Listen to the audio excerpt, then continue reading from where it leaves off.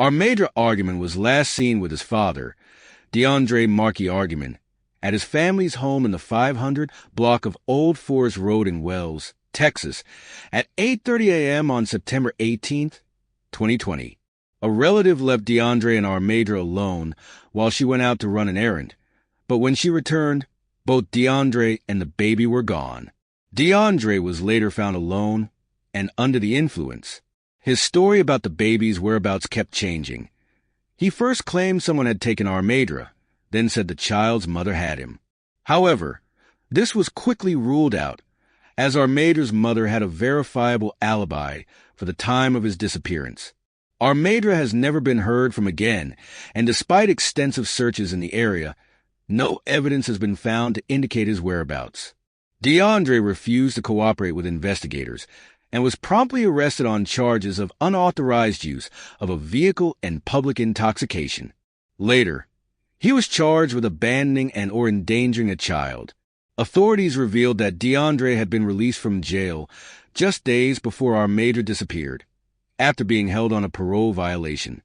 Due to the terms of his release, DeAndre was only allowed to see his son during supervised visitation, which was not the case at the time of the disappearance. Investigators urged anyone who might have seen DeAndre driving a 2003 gray Ford Explorer between 10 a.m. and 2 p.m. on the day Armadra went missing to contact them. In April 2021, DeAndre was convicted of unauthorized use of a vehicle. By September 2021, he pleaded guilty to abandoning a child, with the charge enhanced by imminent danger of bodily injury in connection to Armadra's case. The plea agreement contained a specific exception, ensuring that if new evidence or additional crimes were discovered, DeAndre could still be prosecuted. Despite his conviction and his continued status as the lead suspect in his son's disappearance, DeAndre has refused to cooperate with authorities or provide any information about Armadra's fate. Although investigators have not publicly stated what they believe may have happened to Armadra, they have expressed concern for his safety and emphasized that they believe the baby is in danger. Armadra's disappearance remains unsolved.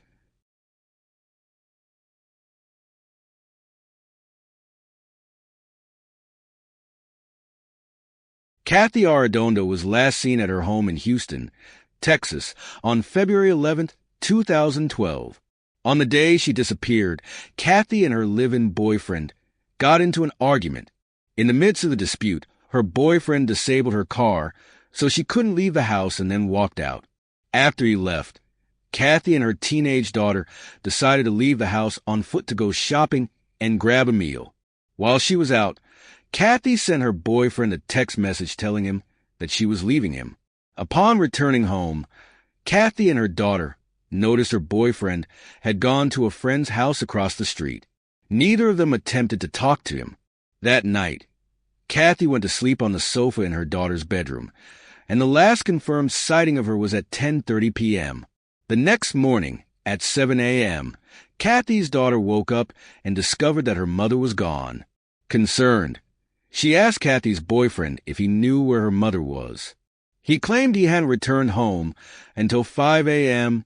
and hadn't seen her at all. Kathy appeared to have left behind most of her belongings.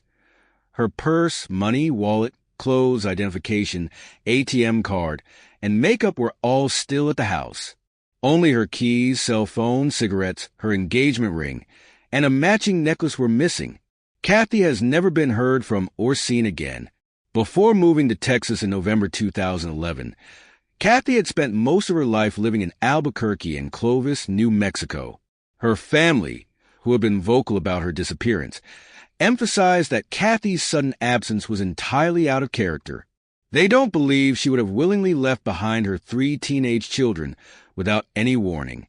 Although authorities haven't found conclusive evidence of foul play in her case, her disappearance is deeply suspicious, and her loved ones continue to search for answers. Kathy's case remains unsolved.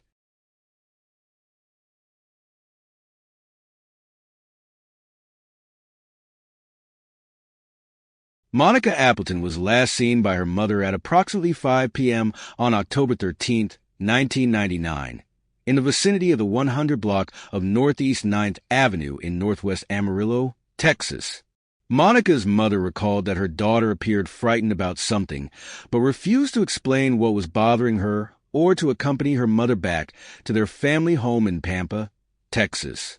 Monica has never been heard from again, and her relatives officially reported her missing from their residence in Pampa in November 1999. At the time of her disappearance, Monica was last known to be in the company of a man named Ivory Teeler, also known as T or T-Baby. When questioned by investigators, Teeler stated that he did not know Monica's whereabouts, and he has since refused to cooperate further with police regarding her case. Monica left behind her son and daughter, and her loved ones have emphasized that it was extremely uncharacteristic of her to abandon her children.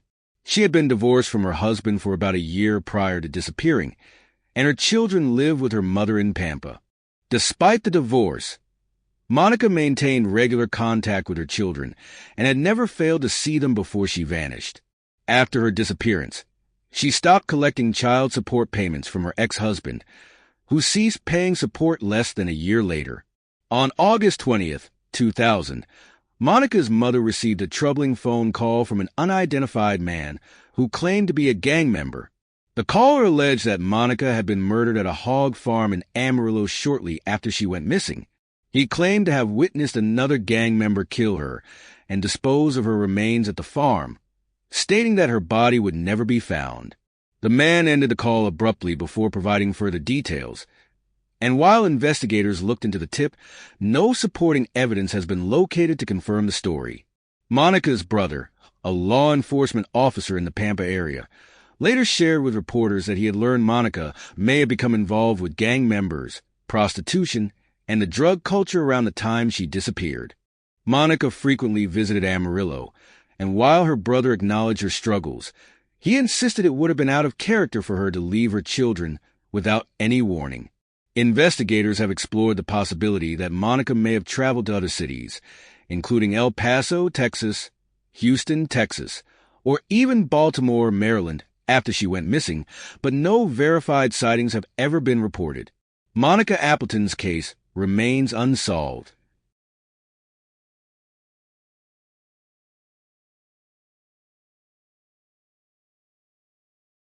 Nicholas Barkley.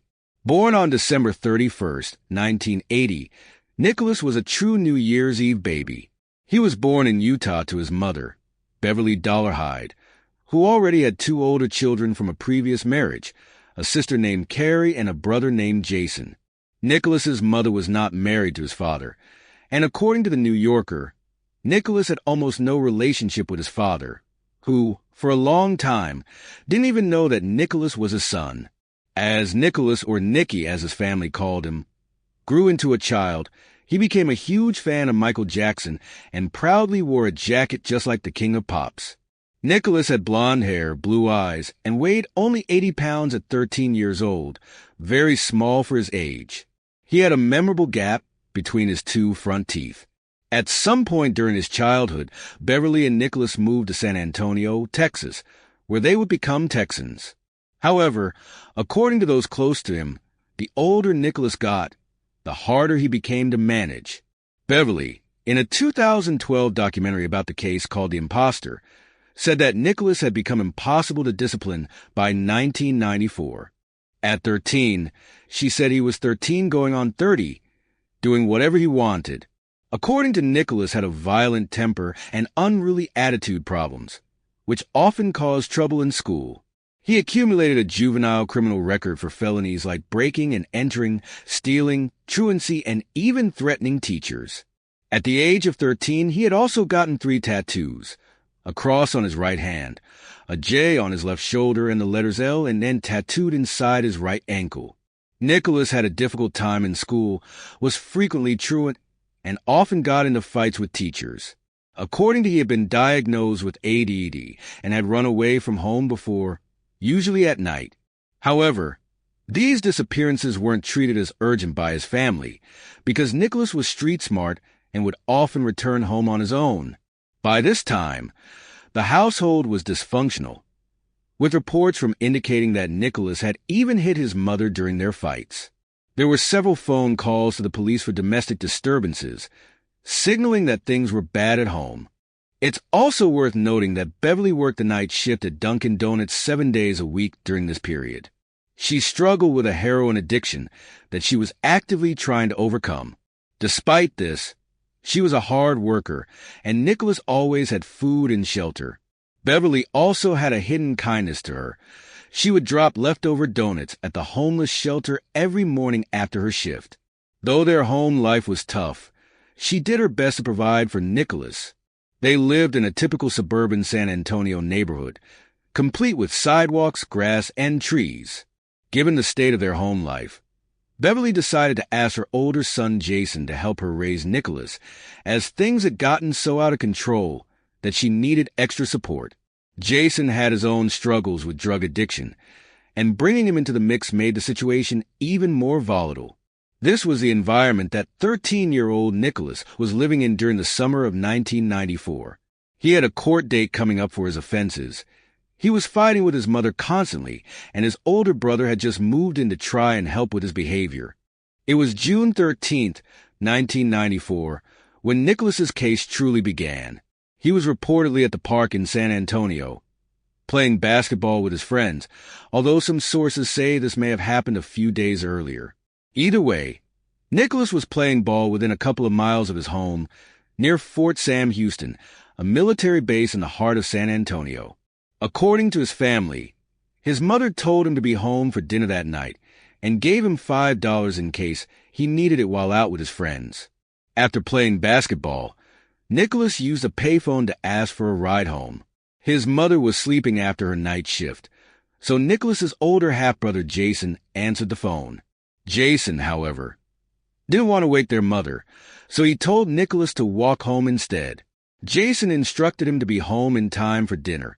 When Beverly woke up a while later, she found that Nicholas had not returned home. She asked Jason about it, and he explained that Nicholas had called for a ride home, but he told him to walk back instead. By now, Nicholas should have been home, but eerily, he never made it back. Given Nicholas's troubled history of running away, his family did not report him missing immediately. After all, his court hearing was scheduled for the very next day, June 14th, and it was thought that he might have run away to avoid facing the consequences. It was even possible that as many as 3 days went by before his family contacted the police about his disappearance. As time went on, however, his family began to fear that something bad had happened to Nicholas. They realized that he hadn't just run away, especially since he only had $5 on him and had not taken any of his personal belongings or clothes. Despite the severity of the situation, the police were initially dismissive when Nicholas was reported missing. They couldn't trace him through a cell phone or credit cards, and at just 13 years old, with only $5, they figured he could only have left on foot or by hitchhiking. Even as days turned into weeks, the police did not take the case seriously, and they continued to be called to the house for domestic disturbances between Beverly and Jason. For example, on July 12, 1994, about a month after Nicholas went missing, Beverly called the police. When an officer arrived, Beverly insisted she was fine, but Jason told the officer that his mother had been drinking and yelling at him because her other son had run away weeks before. The police were called to the house again soon after for family violence involving Beverly and Jason. This was strange because, prior to Nicholas's disappearance, the family had blamed him for all their troubles. Yet after he disappeared, the same issues were still happening. In the late summer of 1997, Nicholas's family finally received the unbelievable news that he had been found. The joy and relief quickly turned into suspicion and confusion. Nicholas, or at least who was thought to be him, had been found in Spain, living in a children's home. Authorities had been contacted, and it was soon revealed that the boy in question had been identified as Nicholas. His return seemed like a miracle, but the moment Nicholas's family laid eyes on him, they couldn't help but notice strange details that didn't add up. This Nicholas had an unfamiliar French accent, strange facial hair that didn't match the young boy they remembered, and his appearance was very different from the boy who had gone missing.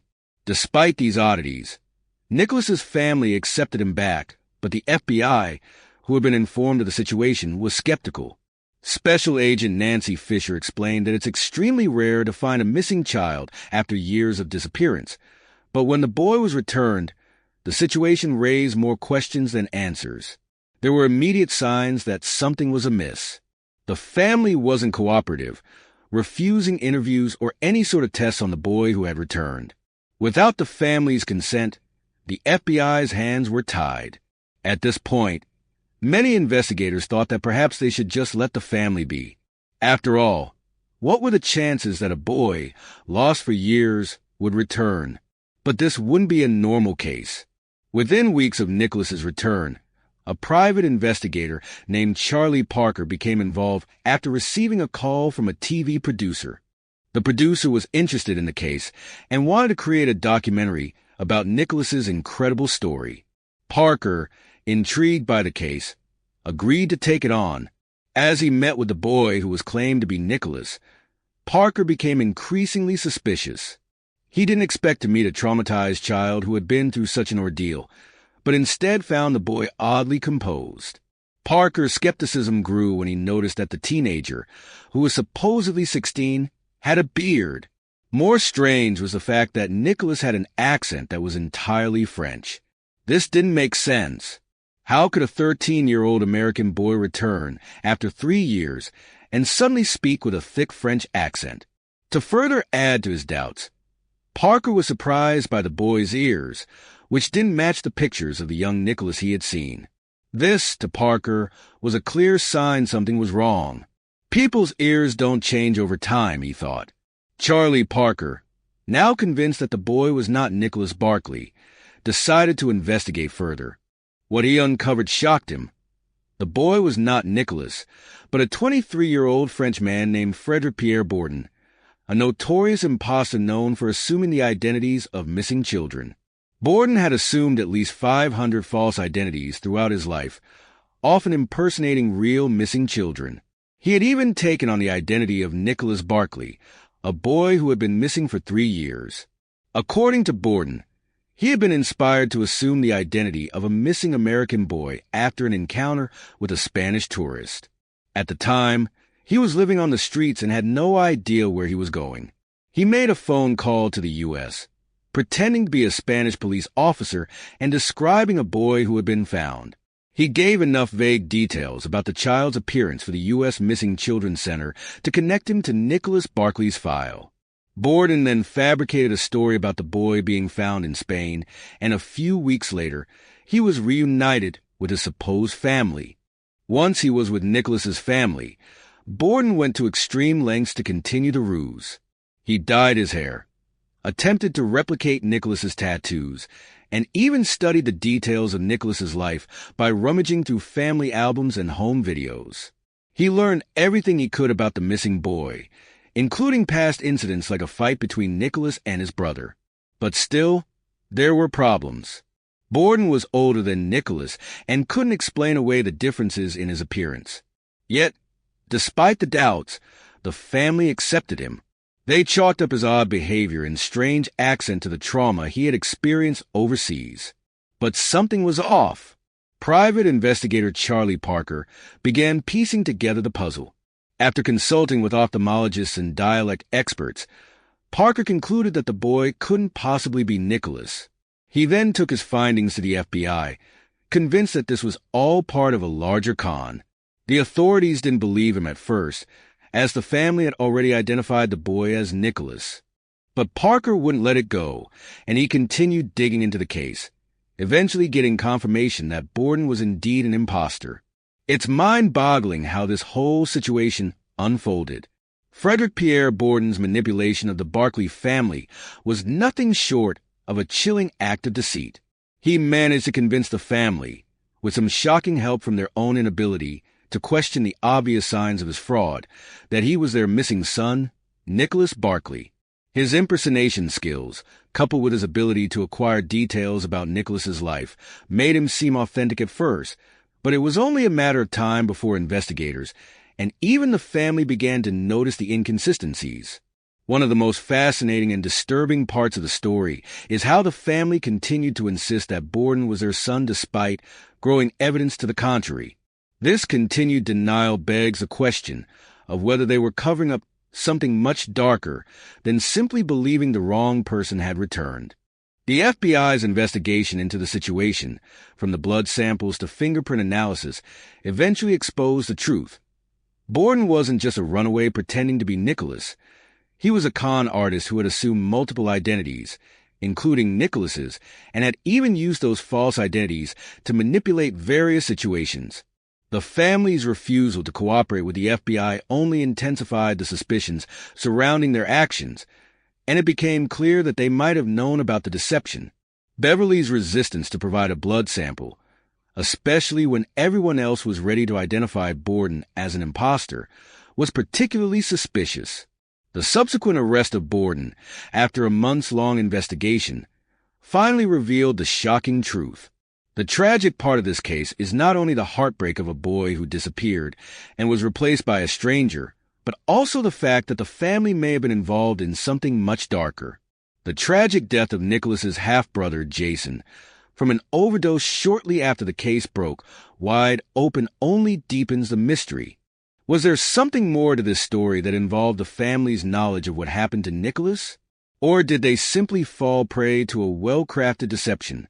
Borden's 6-year sentence is another troubling aspect of this case. While the con artist's crime was enormous, the sentence seems lenient compared to the damage he caused.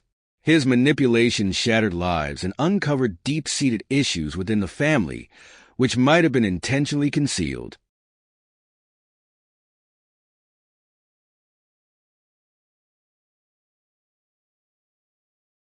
Elizabeth Allen was last seen at her home in El Paso, Texas, on January 20, 1980. She lived in a second-floor apartment at Fountain Plaza on the west side of the city, where she worked as an assistant manager and also managed 3 other apartment complexes. Between 10:30 and 11 a.m. on the day she vanished, Elizabeth spoke to her sister on the phone.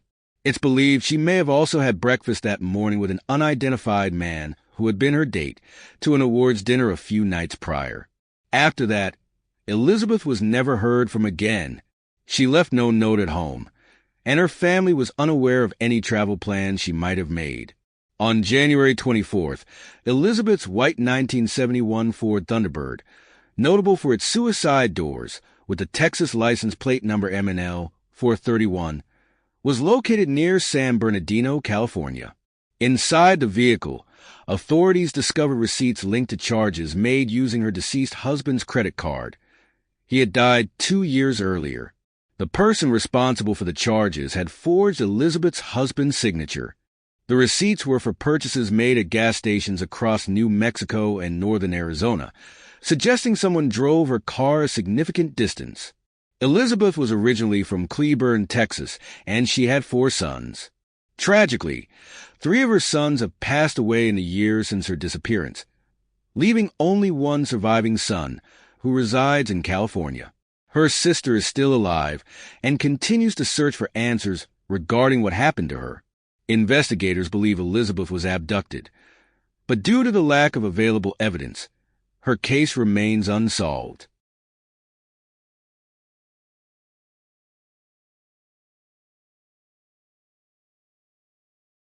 Melissa Alanes was last seen in El Paso, Texas, on March 7, 1987. She had gone out to play video games at a convenience store near Rushing Street, but never returned to her residence in the 10400 block of Orpheus in northeast El Paso. She has never been heard from again. Just 2 weeks earlier, Melissa had run away from home following a family argument. She returned after only 2 days, however, and authorities do not believe she left voluntarily again in March 1987. That same year, several other young women and girls disappeared in El Paso. Most were later discovered murdered and buried in the desert. The victims all shared similar characteristics. They were small, slender, and in their teens or early 20s. Melissa Alanes, Marjorie Knox, and Cheryl Vasquez remain among the missing.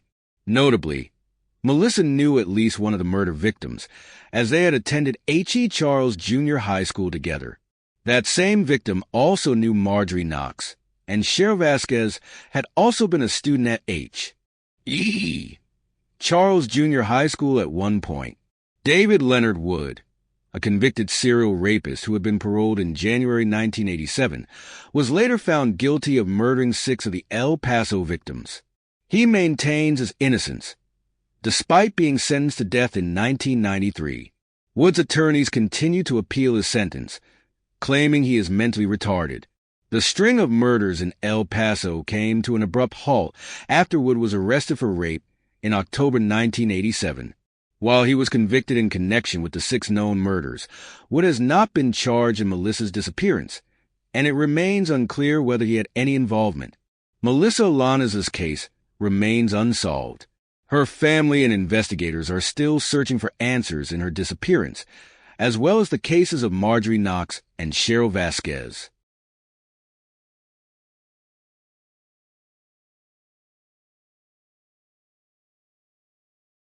Michael Adams completed his shift at the M-System food store on 12th and Mockingbird Street in Abilene, Texas, where he worked as a clerk on June 8, 1987. After finishing work, he returned to his family's residence on Peach Street. At approximately 11:30 p.m., his sister saw him outside the house.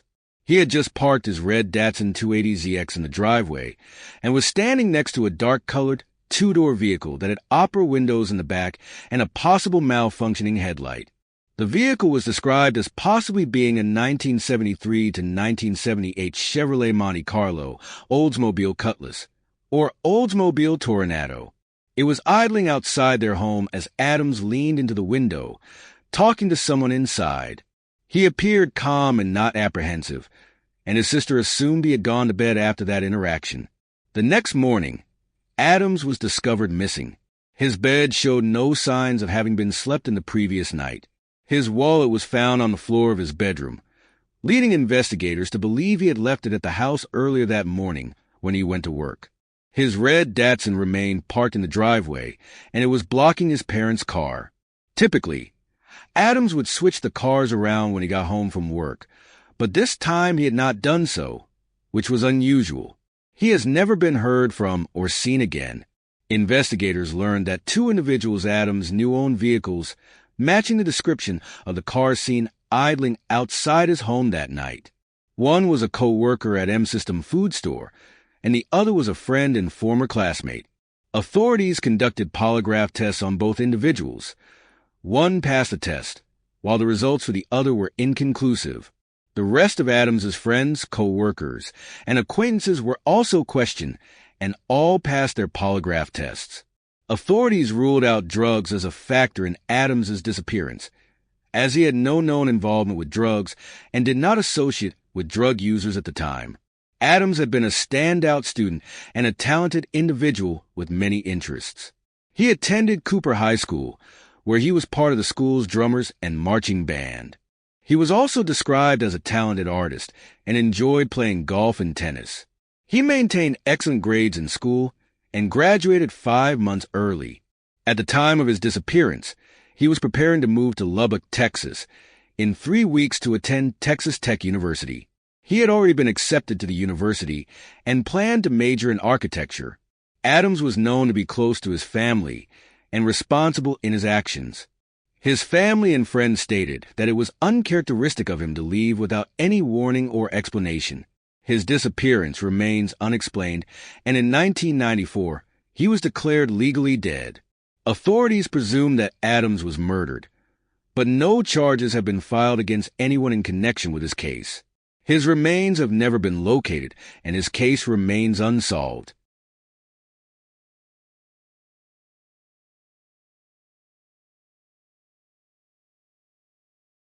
Angelo Abus was last seen in Dallas, Texas, on April 2, 1996.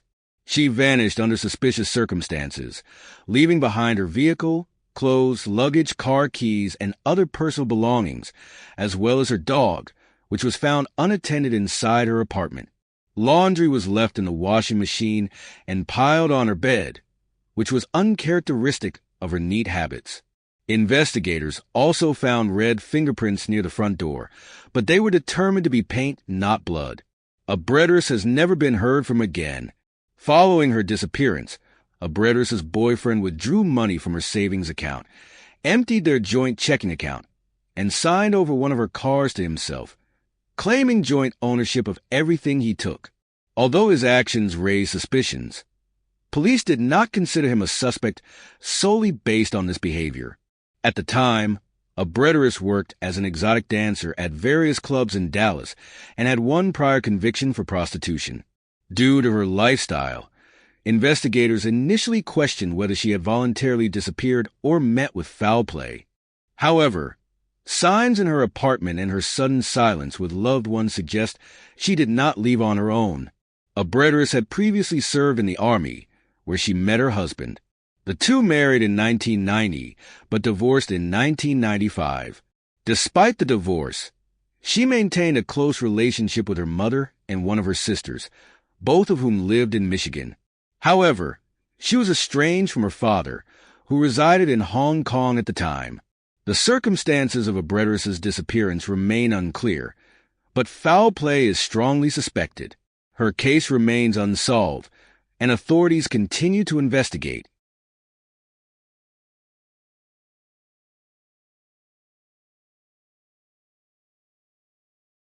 Tammy Arthur and her boyfriend Chad Peters disappeared under mysterious circumstances while living in Corpus Christi, Texas. Peters had relocated to the area from Ohio a few months before and worked as an electrical lineman. In early November 2018, Arthur sent text messages to loved ones claiming she and Peters were in Laredo, Mexico, due to his work.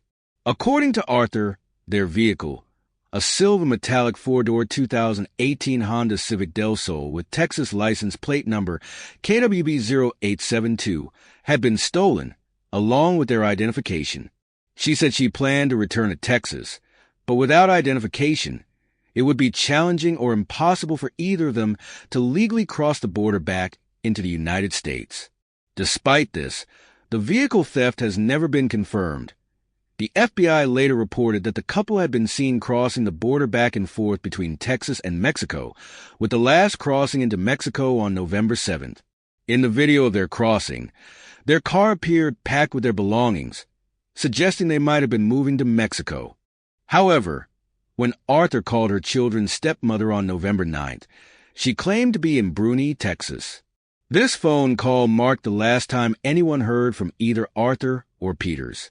The circumstances of their disappearance remain unclear, and their families have expressed deep concern, stating that it makes no sense for the couple to simply vanish. Both families fear for their safety and are desperate for answers.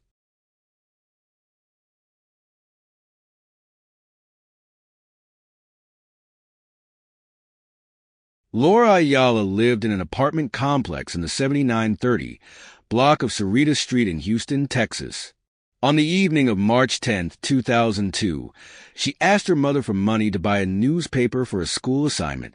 Laura left her home around 10:15 p.m. and walked to the Broadway convenience store, which was located less than 100 feet behind her apartment. The store, situated inside a Conoco gas station at the 2600 block of Broadway Street, was visited by Laura alone, where she purchased a newspaper before leaving shortly afterward. She has not been heard from since. Her mother became concerned when Laura did not return home and walked to the store herself, eventually reporting Laura as missing. Later that evening, Laura's shoes and the newspaper she had purchased were found scattered inside a parking lot between the apartment complex and the gas station. An extensive search of the area yielded no further clues regarding her whereabouts. Witnesses reported seeing a mid-1980s model red or maroon cargo van near the store around the time of Laura's disappearance. The vehicle, two-tone with a large white or light-colored stripe running along its center, had a gray-colored bumper and appeared to be a work-related van in faded and worn condition. A sliding door on the van's right side had a window, though the window behind the door may have been missing and replaced by plywood. Additional reports indicated that the van had rear windows. A resident living near Broadway Street recalled seeing the van at approximately 10 p.m. that night, but did not report it to authorities until April 2002, a month after Laura vanished. The witness described the sliding door as being open and observed an unidentified Hispanic or Caucasian male near the scene. This vehicle was parked in the same lot where Laura's shoes and newspaper were found. In February 2003, Laura's case was linked to three men: Walter Alexander Sordo, Edgardo Rafael Cubas, and Eduardo Navarro. Sordo and Cubas, from El Salvador and Honduras respectively, were involved in a crime spree in the predominantly Hispanic east side of Houston, which included robberies, rapes, and murders. Navarro, who was charged with driving the getaway car, was not directly involved in the murders. Blood found in an SUV belonging to Cubas's father was linked to Laura's DNA, and Cubas admitted that he, Sordo, and Navarro occasionally used the vehicle. Semen matching one of the suspects was also found in the car. Sordo and Cubas were eventually convicted of capital murder for the deaths of two adult waitresses and a 15-year-old girl. Navarro was charged in the same offenses, but could not face the death penalty because he was only 15 years old at the time of the crimes. Sordo and Cubas were both sentenced to death and are awaiting execution, while Navarro pleaded guilty to a lesser charge of aggravated robbery and was sentenced to 13 years in prison. However, none of the suspects were charged in Laura's case due to insufficient evidence. Laura, described as shy, reserved, and highly organized, had a passion for journal keeping and often recorded her activities. Her favorite color was maroon, and her favorite number was 1. Although foul play is suspected in her disappearance, no charges have been filed in her case.